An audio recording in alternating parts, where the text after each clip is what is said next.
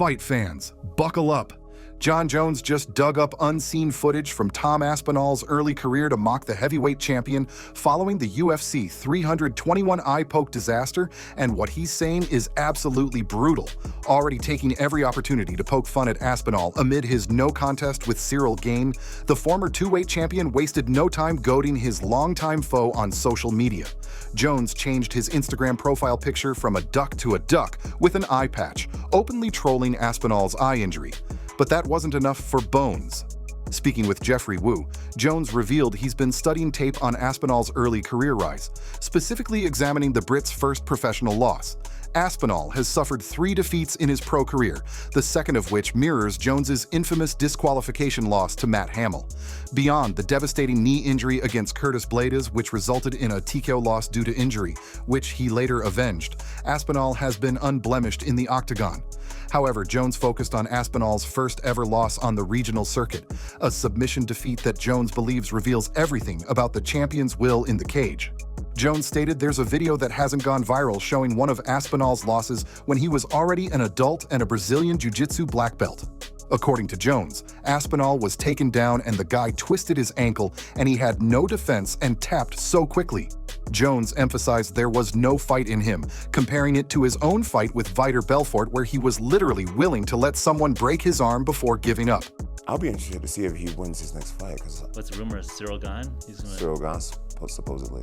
There's a video that hasn't gone viral, but one of his losses, he was very much an adult, I believe already a black belt, and he was taken down and the guy twisted his ankle. He had no defense. He tapped so quickly. I had a fight where I got arm barred and I was literally willing to let somebody break my arm before giving up. This is Vitor Belfort. Vitor Belfort. With Tom, the moment he felt any pressure on his ankle, he tapped immediately, which lets me know a lot about him. Jones stated that the moment Aspinall felt any pressure on his ankle, he tapped immediately, which lets him know a lot about the heavyweight champion's character. This is an absolutely savage assessment from Jones, who continues to find new ways to attack Aspinall's credibility and toughness while avoiding actually fighting him in the octagon. Make sure you smash that subscribe button and hit the notification bell so you never miss UFC news, fighter call-outs, and breaking MMA developments.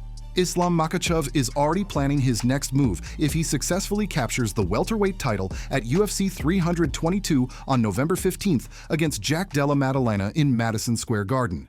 The former lightweight champion told ESPN's Brett Okamoto that if he wins, he wants to face Ilia Topuria at the UFC's upcoming White House event on June 14th.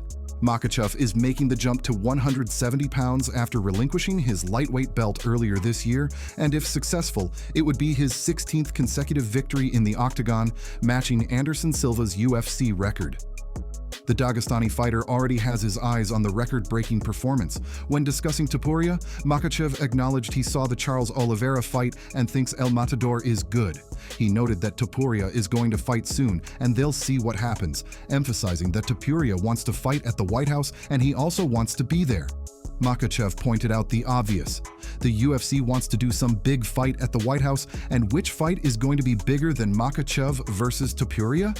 Now I don't know who is going to be next for Ilia. If we talk about our fights, I have good fights now, and I know he's going to fight soon, and we'll see what's going to be happening now.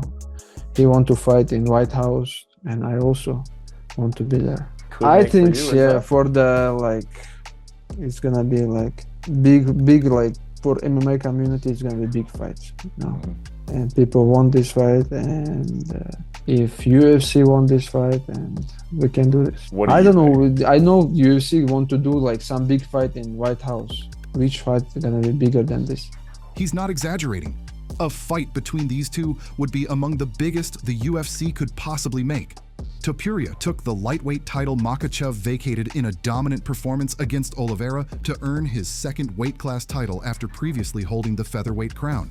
Topuria also holds the top spot in the UFC pound-for-pound rankings, with Makhachev ranked number 3.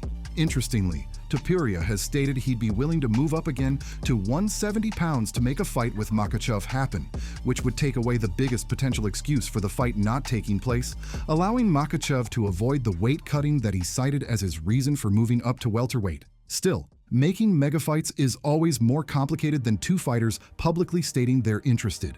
That said, if Makhachev takes care of business in November, there will be tremendous pressure on Dana White and both camps to get this fight made for the main event at the White House next June. While Islam Makhachev is interested in eventually fighting Ilia Topuria, he has very strong opinions about who shouldn't get the next lightweight title shot, Paddy Pimblett. When asked about who he expects Topuria to defend against next, Makhachev sees several good options, including Arman Tsarukyan and Justin Gaethje. But Pimblett definitely isn't one of them. The former champion was emphatic in his assessment, stating he feels Arman has to be next because that guy deserves it. What is like But maybe Arman, maybe Gaethje, but not Paddy for sure. not Paddy? Why not? How come? Man, I don't know who Paddy beat who. Like Tony Ferguson, who else he beat? Chandler, Michael Chandler. Everybody beat Chandler. Do you think he's actually skilled enough that maybe he could go in there and get it done, even though he hasn't really He can earned do it? some things, but I don't see big chance. He can do. He can. I don't know.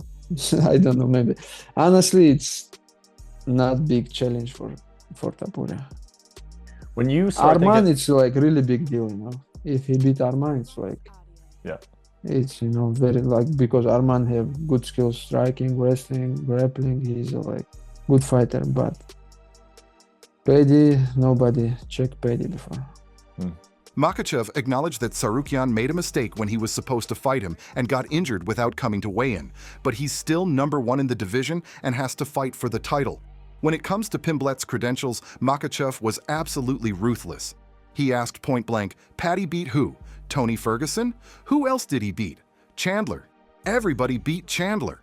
Makhachev stated that Pimblett can do some things, but he doesn't see a big chance, and honestly, it's not a big challenge for Topuria. He emphasized that Arman is a really big deal because if Topuria beats Arman, that's meaningful since Tsarukyan has good skills in striking, wrestling, and grappling. He's a good fighter. As for Pimblett, Makhachev bluntly stated nobody has checked Paddy before, suggesting the Liverpool fighter hasn't been truly tested against elite competition. This directly contradicts Topuria's own preference to fight Pimblett over Gaethje due to their history and entertainment value. Despite Pimblett owning a perfect 7-0 UFC record, Makhachev is clearly on the same page as Dana White, who has also been reluctant to commit to making the Topuria versus Pimblett fight despite massive fan interest. Daniel Cormier learned the hard way that private conversations can still get caught on camera, and he admits he was a little upset about it. Ahead of UFC 321, the UFC Hall of Famer conducted a one-on-one interview with Tom Aspinall before the Cyril Gane fight. After the interview wrapped, Cormier pulled Aspinall aside and offered additional praise, saying he could go on a remarkable run in the division when looking at potential matchups ahead. During this conversation, Cormier noted that Jailton Almeida can't fight, as he prepared for a potential #1 contender's bout against Alexander Volkov on the same card. Almeida ultimately lost a split decision after grappling his way to numerous takedowns, but failing to produce meaningful offense. Speaking on Good Guy, Bad Guy on Monday, Cormier explained he was literally trying to tell Aspinall he could be on the verge of something tremendously special. In that statement, he was saying Jailton's going to grapple you and it's not as dangerous a fight, acknowledging he could have done a better job explaining that to Tom. DC admitted he was a little upset that Aspinall and his team released that conversation, believing that when you lean into someone and talk quietly, that's a private conversation that should stay between you and the athlete. Cormier thought it was embedded filming, and he knows that embedded would never do something like that. Don't forget to smash that like button, drop your predictions in the comments, and subscribe for all UFC news and fighter reactions. What do you think about Jon Jones studying Aspinall's old losses? Should Islam fight Topuria at the White House? Does Paddy Pimblett deserve a title shot? Was DC wrong to criticize Jailton Almeida? Let us know your takes and we'll see you in the next one.